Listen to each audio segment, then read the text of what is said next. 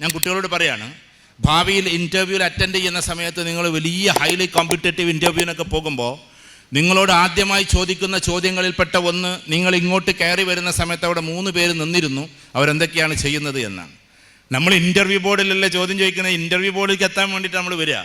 പക്ഷെ ആ വരുന്ന സമയത്ത് ക്ലവർലി അവർ നിർത്തിയിട്ടുണ്ടാവും. ഒരാൾ ചിലപ്പോൾ അവിടെ നിന്ന് മാഗസിൻ വായിക്കുന്നുണ്ടാവും, വേറൊരാൾ അവിടെ നിന്ന് കോഫി അടിക്കുന്നുണ്ടാവും, മറ്റൊരാൾ ചിലപ്പോൾ അപ്പുറത്ത് നിന്നിട്ട് വേറെ എന്തെങ്കിലുമൊക്കെ ചെയ്യുന്ന മൊബൈൽ എന്തെങ്കിലും. നമ്മളിത് സ്വാഭാവികമല്ലേ എന്ന് വിചാരിച്ച് നടന്നങ്ങോട്ട് പോരും. ഇതൊന്നും ചിലപ്പോൾ നമ്മൾ നോക്കണമെന്നില്ല.